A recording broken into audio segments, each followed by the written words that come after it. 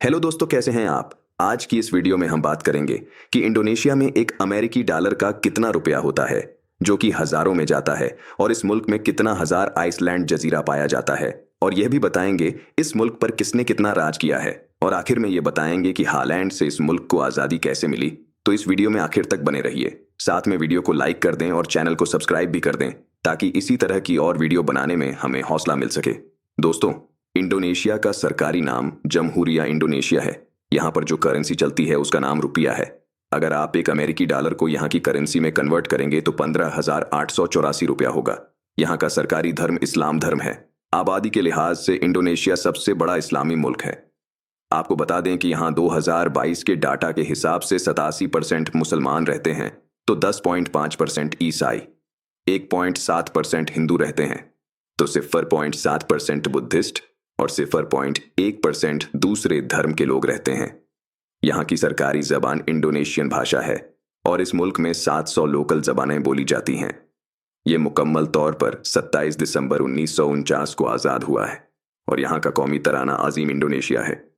अगर यहाँ के कुल रकबा की बात की जाए तो 19,04,069 किलोमीटर वर्ग पर फैला हुआ है, जिसके हिसाब से यह दुनिया का सबसे बड़ा 16वां मुल्क है। यही नहीं, इस मुल्क की राजधानी जकार्ता है और Dumai, Batam, Sorong, Jayapura, Tanjung Pinang, Padang, Jakarta, Pagar Alam और सिंघकावांग यहाँ के बड़े शहरों में गिना जाता है।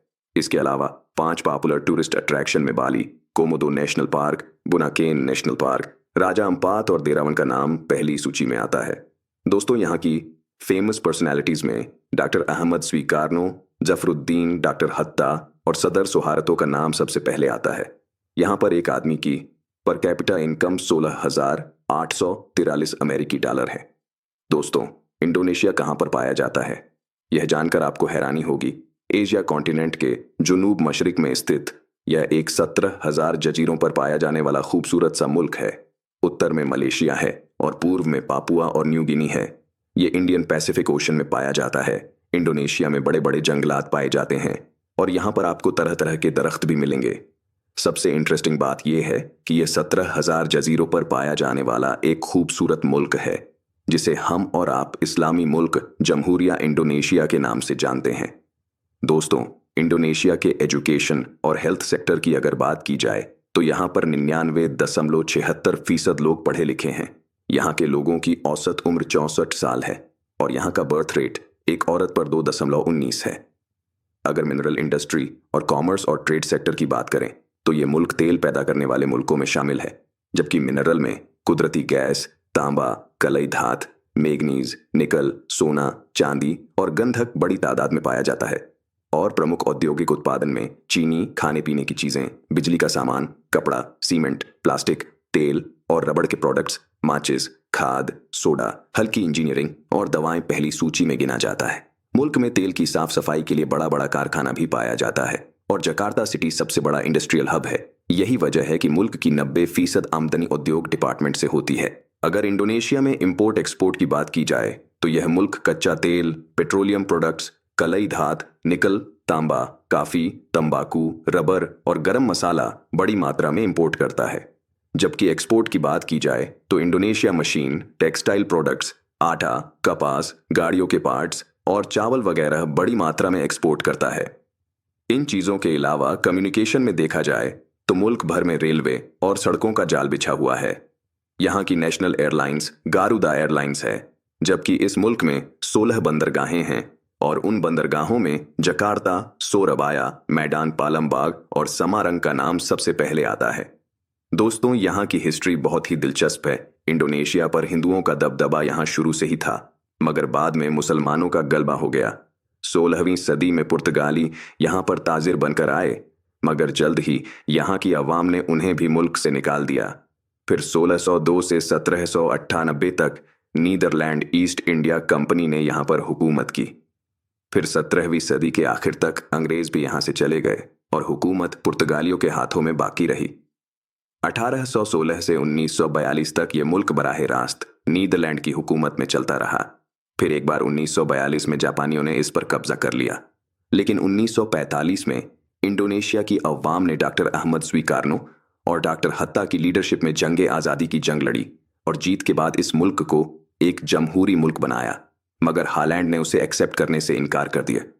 सबसे अजीब बात यह है कि सितंबर 1945 के अंदर ही डच और बरतानवी फौजी दस्तों ने मिलकर इंडोनेशिया पर हमला कर दिया और दिसंबर 1945 में यूनाइटेड नेशन की मुदाखलत पर जंगबंदी का ऐलान किया गया।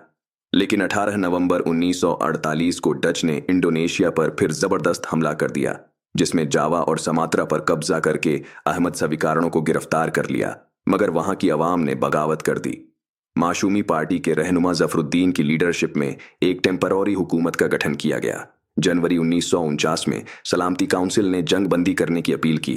जुलाई 1949 में अहमद स्वीकारणों को उनके साथियों समेत रिहा कर दिया गया और फिर 27 दिसंबर 1949 को हालैंड ने एक लंबी बातचीत के बाद इंडोनेशिया को आज़ाद कर दिया। इसके अलावा आपको बता दें कि 1956 में उपराष्ट्रपति मोहम्मद हत्ता को इस्तीफा देना पड़ा और 1963 में अहमद स्वीकारणों को पब्लिक एडवाइजरी काउंसिल ने अनकाउंटेबल पीरियड तक प्रेसिडेंट बना दिया। लेकिन एरियन का एक इलाका ऐसा था जो हालैंड के साथ उलझा हुआ था और उस पर बातचीत करने की जरूरत थी। फिर 1962 में हालैंड ने उसको यूनाइटेड नेशन के हवाले कर दिया, जिसे बाद में 1963 में इंडोनेशिया में शामिल कर दिया गया। यही नहीं, 1964 में इंडोनेशिया और मलेशिया के दरमियान श्रावक के मसले को लेकर तनातनी पैदा हो गई, जिसकी वजह से 1965 में इंडोनेशिया ने यूनाइटेड नेशन से खुद को अलग कर लिया था और 1965 में अहमद स्वीकारणों के खिलाफ फौजी बगावत भी शुरू हो गई और उसके बाद जनरल सुहार्तो ने हुकूमत की सत्ता अपने हाथ में ले ली। सुहार्तो के आने के बाद इंडोनेशिया एक बार फिर यूनाइटेड नेशन में शामिल हो गया और फिर मार्च 1968, मार्च 1973, मार्च 1978, मार्च 1983, मार्च 1988 और मार्च 1993 में जनरल सुहार्तो भारी वोटों से कामयाब रहे। और सबसे दिलचस्प बात यह है कि चीन और इंडोनेशिया के दरमियान 22 साल से बंद रिश्ते को 1989 में बहाल कर दिया गया। आखिर में 3 जुलाई 1991 को अमेरिका की इंटेलिजेंस ने यह इल्जाम लगाया कि इंडोनेशिया रासायनिक हथियार बनाने की कोशिश कर रहा है। तो दोस्तों, ये वीडियो आपको कैसी लगी? इसी तरह की और वीडियो देखने के लिए प्लीज़ हमारी वीडियो को लाइक करें और चैनल को सब्सक्राइब करें ताकि वीडियो बनाने में हमें हौसला मिल सके। शुक्रिया, मिलते हैं एक नई वीडियो में।